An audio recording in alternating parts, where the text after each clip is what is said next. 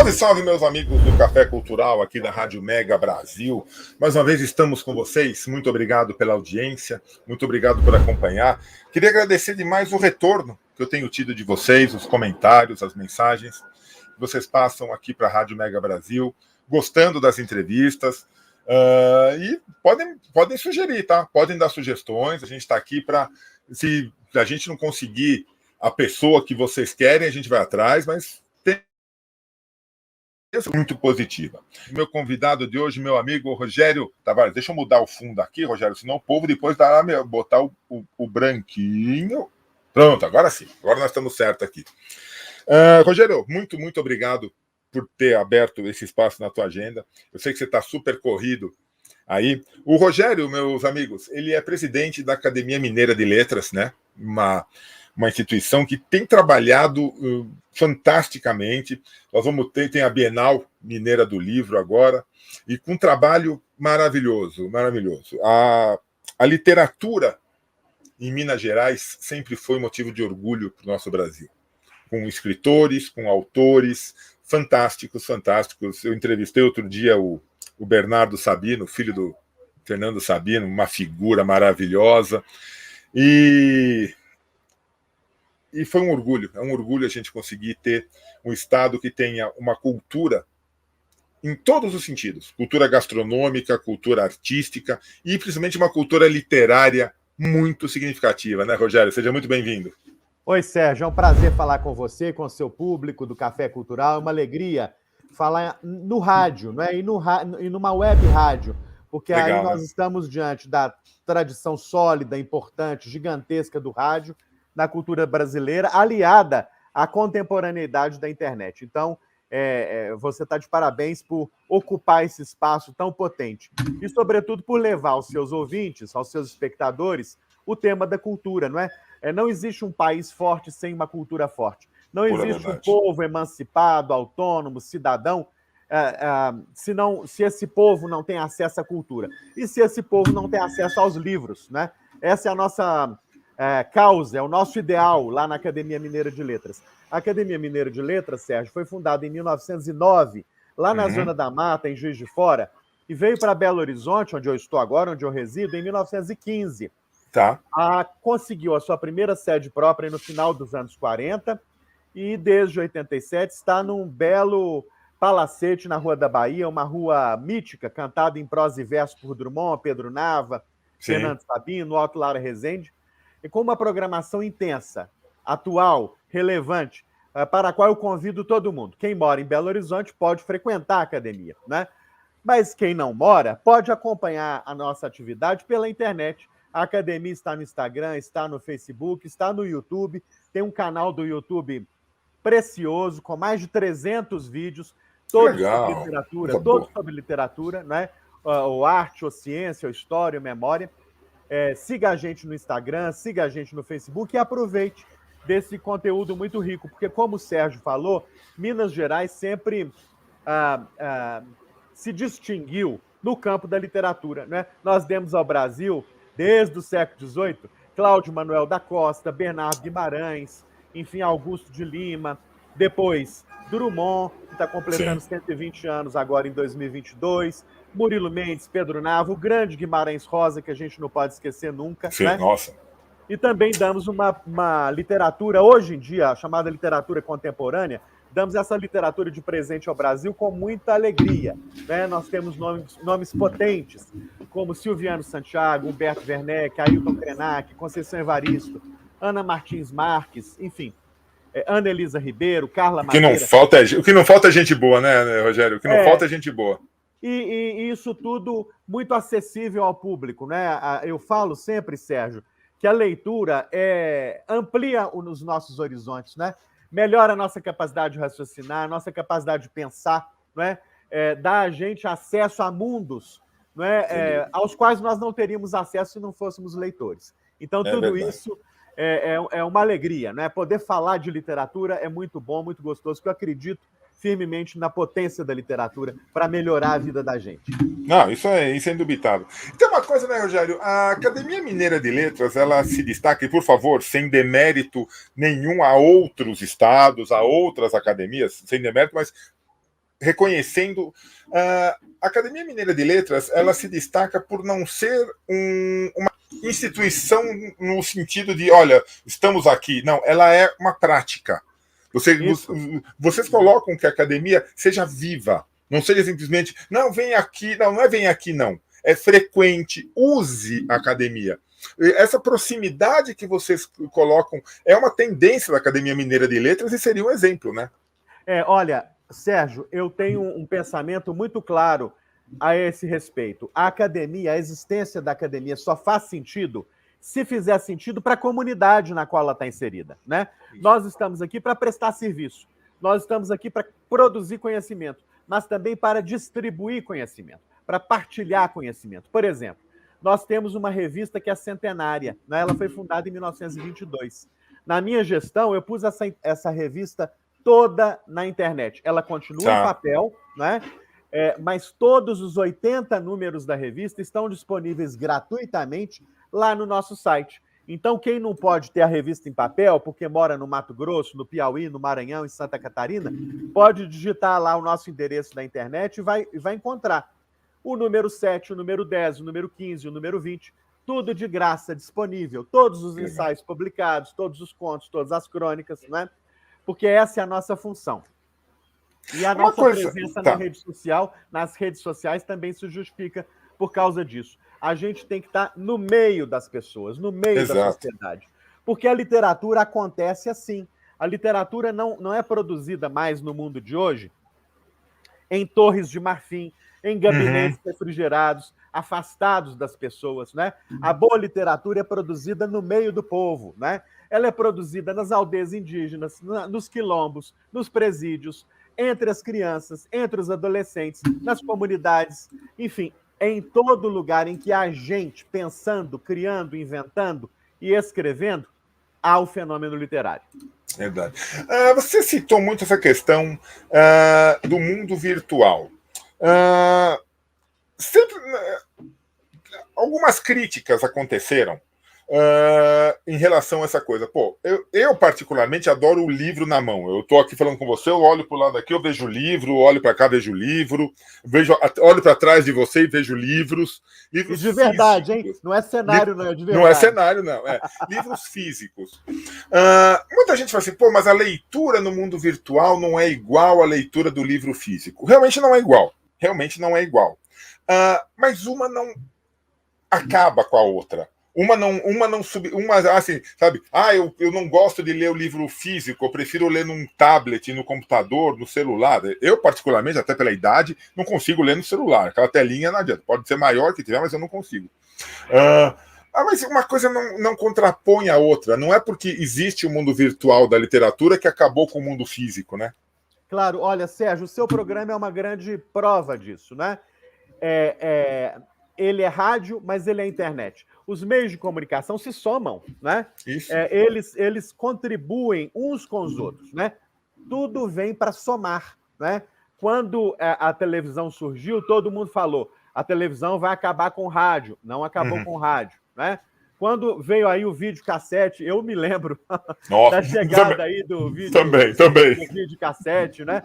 Vai acabar com o cinema, ninguém mais vai ao cinema. Não, a gente tem o lugar, o momento, a hora de ir ao cinema, tem o lugar, o momento, a hora de curtir uma série, um filme na televisão, por streaming, né? Que é hoje hoje é procurado pelas pessoas.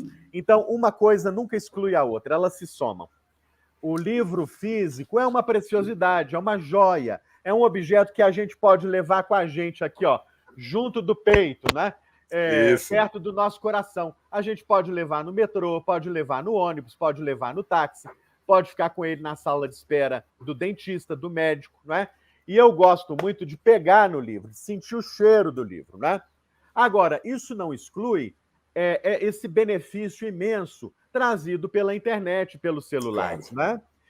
Há pessoas que têm uma vida tão corrida e tão difícil que só podem ler mesmo pelo celular, no Kindle, em livros eletrônicos, em leitores digitais, digamos assim. Isso não tem problema nenhum. O importante é a leitura, né? O importante é ingressar nesse universo riquíssimo que é o universo da literatura. Nós, na academia, lançamos, Sérgio, durante a pandemia, esse livro aqui, ó, Eu vou tomar a liberdade de fazer propaganda. Por favor. Ele foi lançado durante a pandemia, junto com a Editora Autêntica. O nome dele é 20 Contos sobre a Pandemia de 2020. É muito legal. São 20 histórias que autores mineiros, né, mulheres e homens, 10 mulheres e 10 homens, escreveram sobre a pandemia. E ele está no formato físico, que está aqui comigo. Se você quiser comprar, está aí em todas as lojas físicas e virtuais. Mas ele também está no formato digital, porque tem gente que prefere. Olha, eu não vejo conflito nenhum. Tudo vem para somar, Sérgio. Que maravilha, que maravilha. Pessoal, vamos fazer um rapidíssimo intervalo. Já deu nosso tempo aqui. Segura aí, a gente volta já já com o segundo bloco do Café Cultural.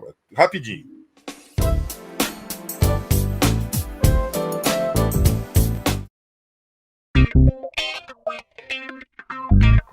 Dor de cabeça na hora de buscar um serviço de comunicação para a sua empresa? Na versão digital do Anuário Mega Brasil de Comunicação Corporativa, você tem acesso às principais agências de comunicação do país. Por meio de um sistema de busca nacional, você consegue selecionar sua pesquisa por especialidades e encontrar a agência que melhor se adequa às suas necessidades. Acesse anuariodacomunicação.com.br e encontre a solução para as necessidades da sua marca ou produto.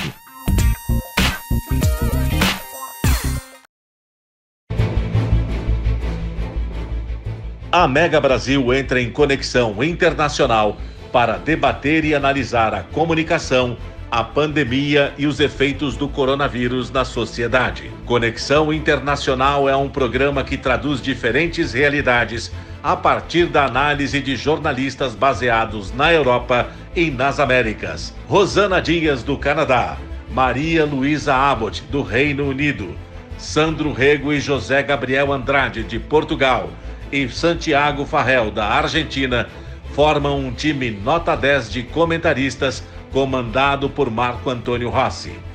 Conexão Internacional é veiculado todas as sextas-feiras, às 15 horas, aqui na sua Rádio TV Mega Brasil Online, um canal a serviço da comunicação.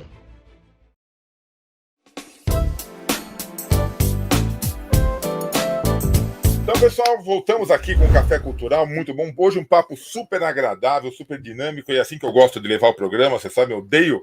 A pior coisa daquele entrevistado é que a gente faz uma pergunta a ele. E aí você fala, meu Deus do céu, o que eu pergunto agora? Eu gosto de gente que nem o Rogério, que tem, sabe, que tem mensagem, que fala, conversa com a gente. Rogério, deixa eu abordar um tema contigo agora.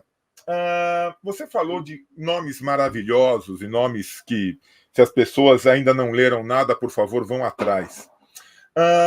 Como que a academia dá oportunidade para novos autores? Como que uma pessoa que, olha, eu escrevi alguma coisa aqui, eu não sei nem se é publicável, se não é. Como que a pessoa pode chegar na academia e ter esse apoio para ter a sua obra publicada? Olha, Sérgio, essa pergunta é muito importante, não é? A academia trabalha sempre no espírito do acolhimento, da hospitalidade, da agregação, não é? O pior que poderia acontecer é que a gente trabalhasse numa instituição excludente, elitista, preconceituosa. Isso é muito ruim, né?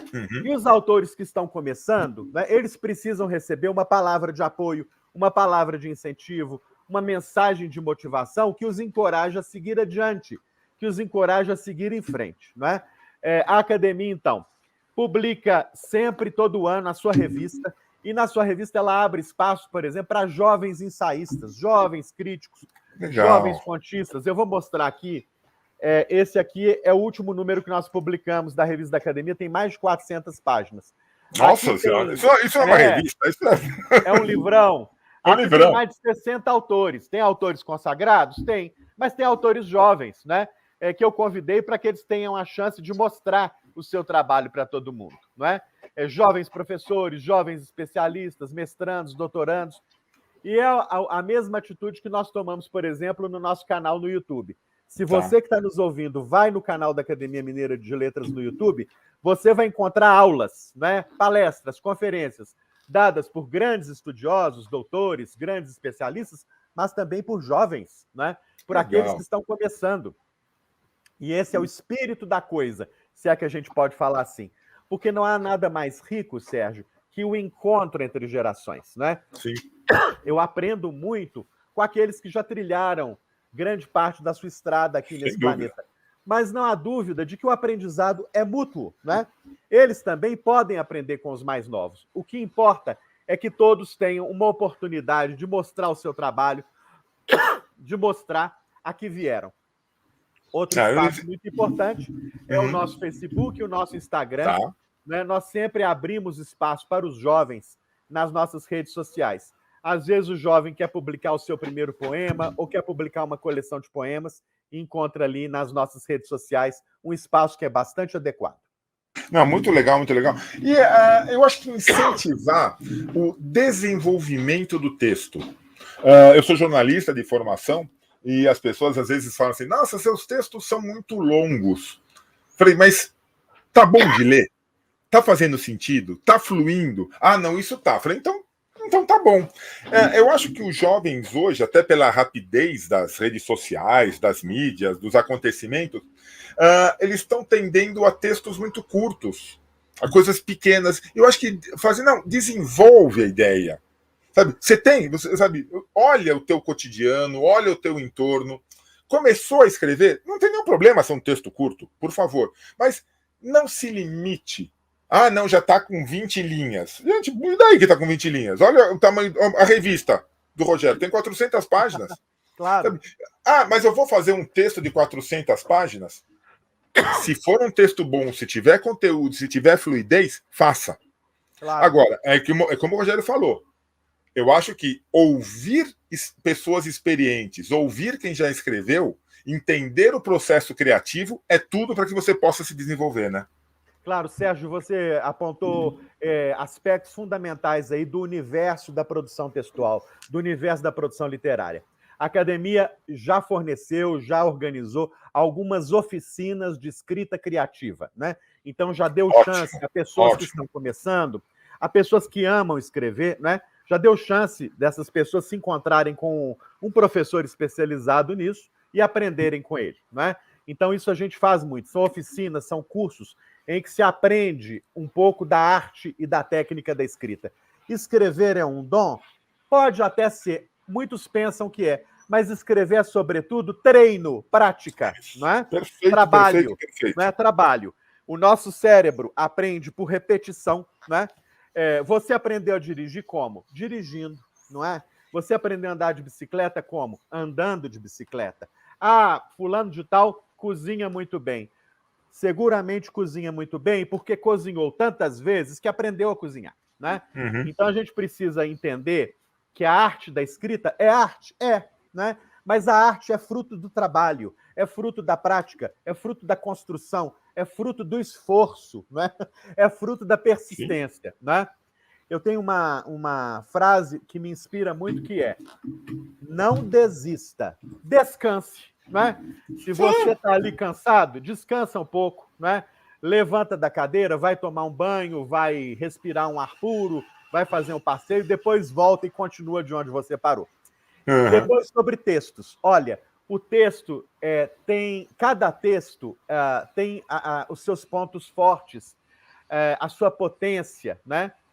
E os textos longos são potentes, assim como os textos curtos também são potentes, né? Um romance é uma narrativa longa, e há romances maravilhosos. O conto é uma narrativa breve, é uma narrativa curta, e há contos maravilhosos, né? Exato. A gente não pode ter preconceito em relação ao tamanho do texto. E outra coisa, Sérgio, que você falou que é muito correta, eu concordo com tudo, né? A vida está muito corrida, né? A vida está muito agitada, a gente não tem tempo para nada, né? Naturalmente, por conta disso, a gente se habituou a abreviar, a reduzir cada vez mais o tamanho das nossas mensagens. Ok, se são mensagens para manejar ali a vida prática, ok, está muito bem. Mas o lugar da literatura é outro. O lugar da literatura é o lugar do sonho, né?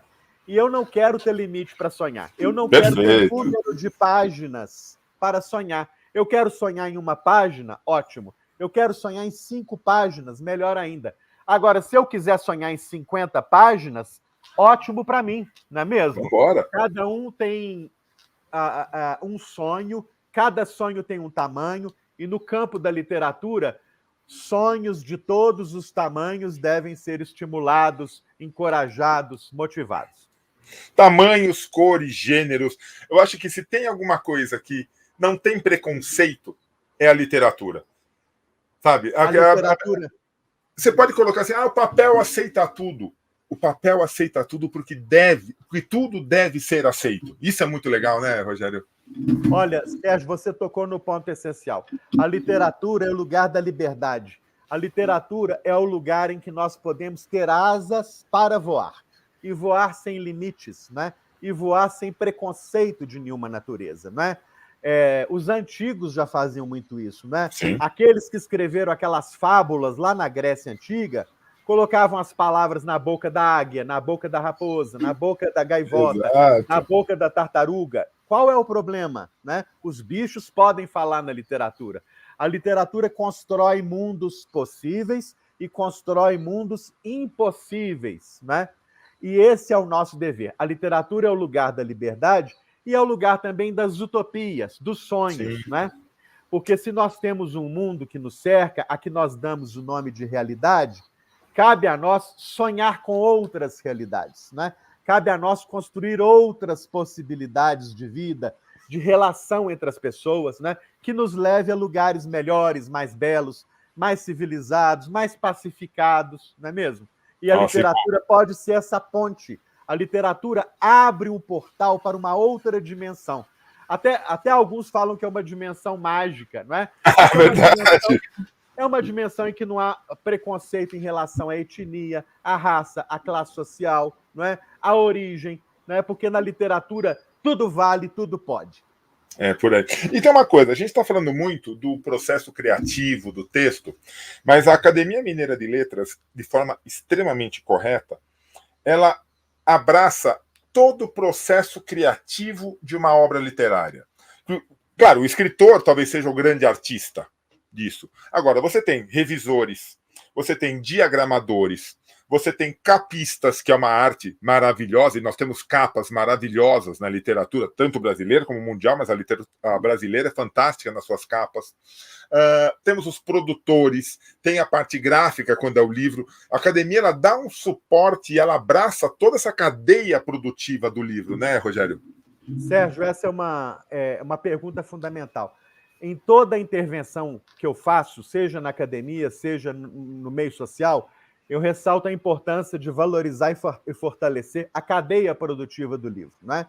O livro é uma indústria. Sim. Ele integra a chamada indústria criativa, né? E ele movimenta a economia. Ele gera emprego, ele gera renda, né? Ele é bom para o país, ele é bom para as cidades, ele é bom para os estados da federação, não é?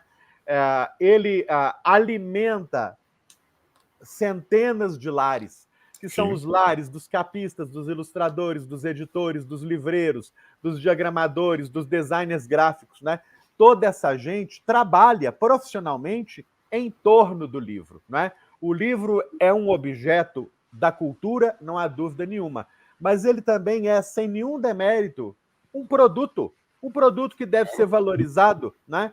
Porque é preciso que a gente invista cada vez mais na possibilidade de viver profissionalmente da literatura, não é?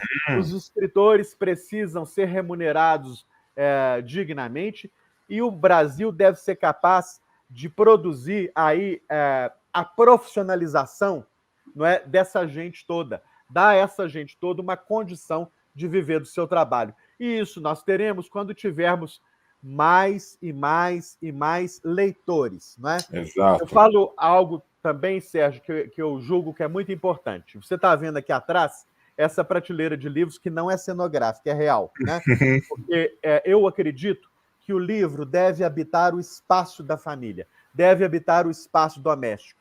Eu acho que tem que ter livro na sala, no quarto, na cozinha, no banheiro, até no corredor. Não tem problema nenhum.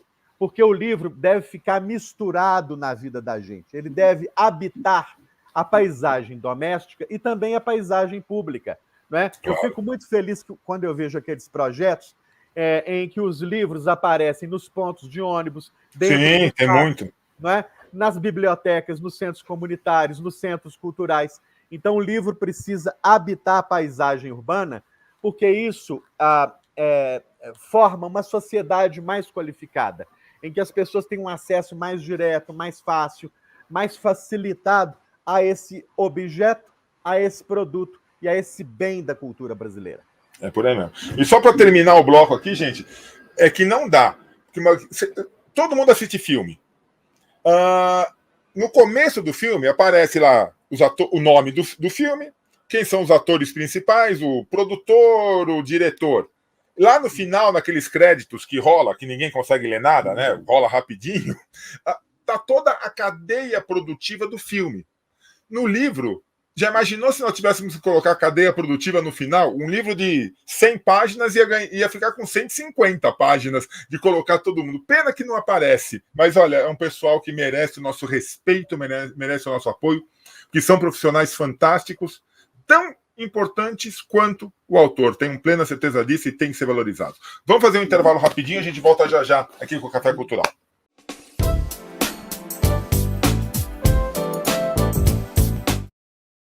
Coronavírus, o que você precisa saber e fazer. Antes de compartilhar mensagens de saúde, confirme se elas são verdadeiras no canal de WhatsApp Saúde Sem Fake News. Siga as orientações do Ministério da Saúde pelo site saude.gov.br/coronavírus.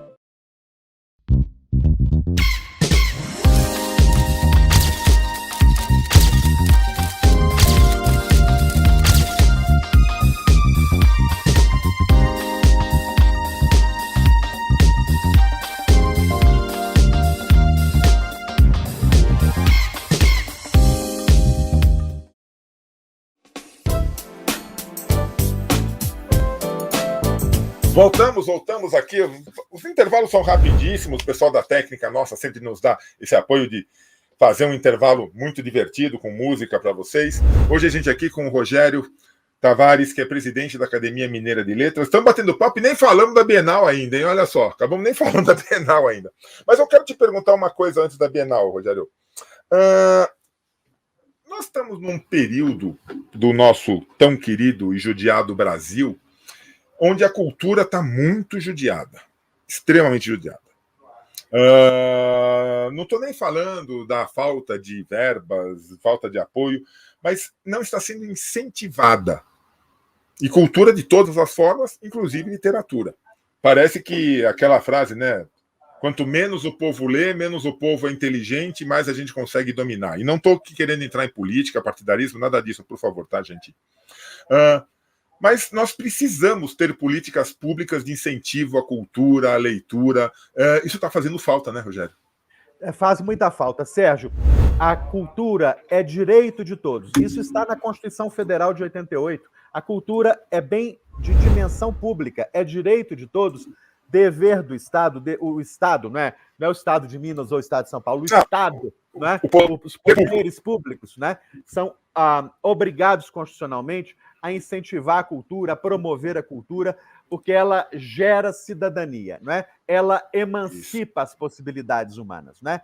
Ela se conecta de modo umbilical à educação. Não existe formação educacional possível sem um amplo e diversificado acesso aos bens culturais. Então, é por isso que é dever do Estado e também da iniciativa privada, de todos os agentes sociais, promover a cultura e organizar políticas públicas que atendam a essa necessidade, não é?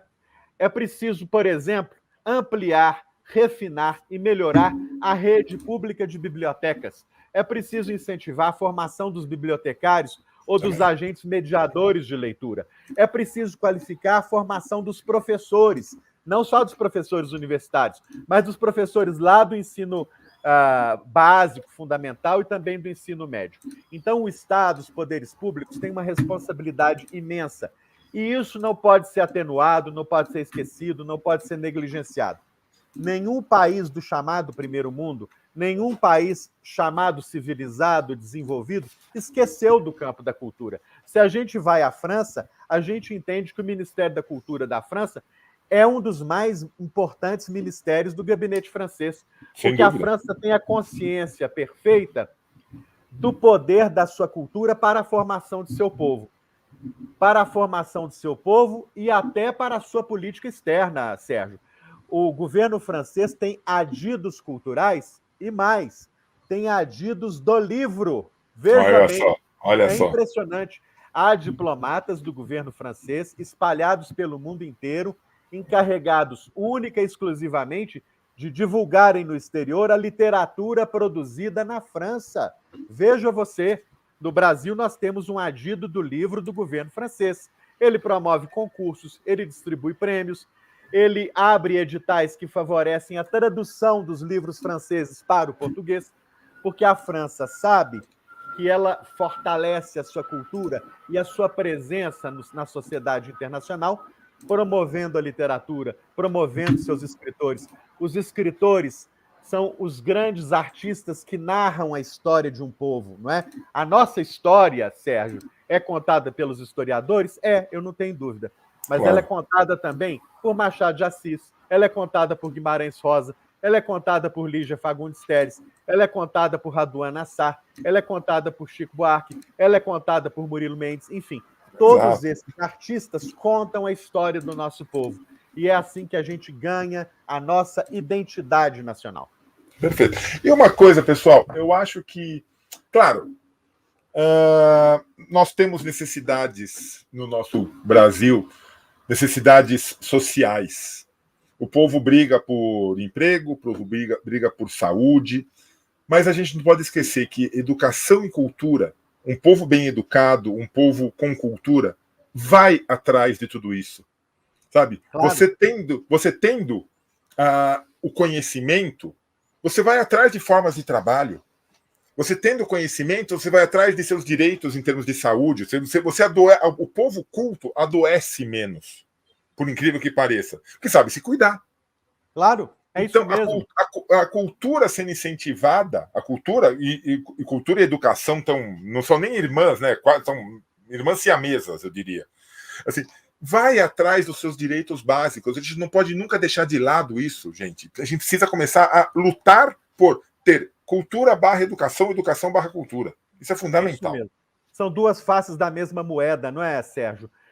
Uma educação de verdade, uma educação plena, uma educação refinada, digna dos melhores países do nosso planeta, ela inclui o acesso ao teatro, o acesso ao cinema, o acesso a exposições de arte, o acesso a shows musicais, a concertos musicais. Né? Porque isso forma a nossa identidade, amplia o nosso horizonte e nos dá elementos para uma vida melhor, mais bem informada, para uma vida em que a gente tenha condição de dialogar com os outros de igual para igual. Né? Um povo bem educado, ele não se subordina a ninguém, ele não se submete a ninguém, ele conversa olhando no olho, de igual para igual, porque ele sabe que ele tem deveres, mas ele sabe que ele também tem direitos. Né? E a relação entre as pessoas deve ser uma relação de igual para igual, porque todos nós somos portadores da mesma dignidade humana. Né? E a cultura é um pouco esse ambiente em que a alma da gente, o nosso corpo, o nosso espírito, né? Tudo isso se sentem felizes, leves, enfim, se sentem bem. Não é? A cultura ela é, eu diria, a morada da alegria, a morada da felicidade. E a gente nasceu para brilhar, como diria Caetano Veloso, né? Gente é para brilhar, não para morrer de fome. Né? E a cultura é muito isso. Perfeito. Rogério, só para a gente não falar que não falamos da Bienal, apesar de que eu aqui, já entrevistei aqui no Café Cultural vários autores que vão estar na Bienal, nós já falamos, mas vocês, como na academia, como os grandes mestres da Bienal, eu queria que você falasse um pouquinho da importância da Bienal Mineira do Livro e chamasse as pessoas para que visitassem a Bienal, para que conhecessem, e que não vai ser uma Bienal que vai terminar na data do seu término, né? Ela vai permanecer e ela vai ter muita chance da pessoa conhecer. Fala um pouquinho dessa iniciativa, por favor. Olha, Sérgio, a Bienal acontece em Belo Horizonte de 13 a 22 de maio, lá no BH Shopping. que é um centro de compras conhecido de todos os mineiros, o primeiro de Belo Horizonte, mais antigo, né? E lá haverá a presença de mais de 60 editoras e de muitos escritores e de muitas escritoras. Nós, da Academia Mineira de Letras, vamos comandar o eixo chamado Café Literário. Todo dia, durante os 10 dias, eu estarei lá entrevistando um autor ou uma autora. Lá estarão comigo, por exemplo, o grande cronista, contista Ivan Ângelo, que mora em São Paulo atualmente, foi aí cronista da Vejinha São Paulo por décadas, né? É um mineiro de Barbacena que volta a Belo Horizonte para falar com a gente aqui. Vou entrevistar também Carlos Marcelo, um grande romancista nascido na Paraíba, criado em Brasília e hoje habitante de Belo Horizonte, onde dirige o importante jornal Estado de Minas. Enfim, vou entrevistar também Maria Esther Maciel, a grande poeta, ensaísta, professora. Vou entrevistar a professora Nilma Lino Gomes, professora emérita titular da UFMG. Enfim, haverá ali espaço para conversar sobre literatura e um espaço de encontro entre leitor e autor, que é um momento muito gostoso, né? Eu gosto de conhecer os autores dos livros que eu leio. Né? Adoro. É um momento de diálogo, de encontro, de conversa, de troca de ideias, né? E esse é o espírito da Bienal. O espírito da Bienal é esse. É a casa do diálogo, é a casa do encontro em torno das coisas boas da vida, não é? A educação, a cultura, as letras, as artes, a história, a memória, aquilo que dá sentido à nossa vida, aquilo que enche o nosso coração de alegria, aquilo que faz o nosso olho brilhar, né? E aquilo que pode gerar um futuro melhor para os nossos filhos. Eu, por exemplo, vou levar meus 2 filhos à Bienal, né? Claro. Porque a literatura infantil tem uma importância imensa na formação das crianças e a literatura juvenil tem uma importância imensa na formação dos jovens. Eu vou levar meu filho Carlos, eu vou levar minha filha Gabriela, de 5 anos, o Carlos tem 10, porque a Bienal também é um passeio, é agradável, é divertido, é animado, né? É um lugar em que a gente pode passar umas horas bem agradáveis. Então, eu convido todo mundo que está nos ouvindo ou nos vendo para também passear pela Bienal Mineira do Livro. Isso é importantíssimo. Gente, é fazer a cultura, fazer o livro, fazer parte do nosso dia a dia. Sabe? Eu contei já aqui, Rogério, se o povo permitir rapidamente repetir, eu nasci no meio de livros. Felizmente eu tive uma família, meu avô, minha mãe, que incentivavam muito a leitura. Eu lembro do meu primeiro livro que eu fui comprar numa livraria, que foi aquele Pra Gostar de Ler, que tinha Fernando Sabino, tinha Carlos Drummond de Andrade, ou seja, não tinha como não gostar daquela obra. E eu te digo uma coisa, eu sinto uma saudade desses livros, quando a gente muda para apartamento, não dá para trazer tudo, mas esses livros eu tenho certeza que estão hoje nas mãos de pessoas lendo. Então, já devem estar velhinhos, muito manuseados, assim espero, mas espero que estejam na mão de pessoas. Então, pessoal, vale a pena conhecer, vale a pena frequentar, vale a pena você fazer o livro ser um instrumento vivo da sua vida. Isso que eu acho que é o mais importante. E se na sua cidade tiver uma academia de letras, tal qual nós temos em Minas Gerais, a Academia Mineira de Letras, ativa, participante, viva, produtiva, vá lá, frequente. E se não tiver, vai atrás, constrói você, aí no teu bairro. Vamos fazer com que o livro seja um instrumento de união entre as pessoas. Eu acho que isso é o mais importante. Rogério, eu quero agradecer demais. Tenha certeza, foi um bate-papo extremamente agradável. Muito, muito obrigado. E tendo novidades, tendo coisas novas da academia, entre em contato com a gente, use e abuse aqui do nosso Café Cultural. Muito obrigado, Sérgio. Foi um privilégio, foi uma alegria conversar com você e com seus ouvintes. E eu estou sempre às suas ordens para que possamos fazer novas conversas tão boas quanto esta. Um abraço, obrigado, senhor. Tchau. Um grande abraço e a todos vocês, até a próxima edição aqui do Café Cultural na grande Rádio Mega Brasil. Tchau, gente. Obrigado.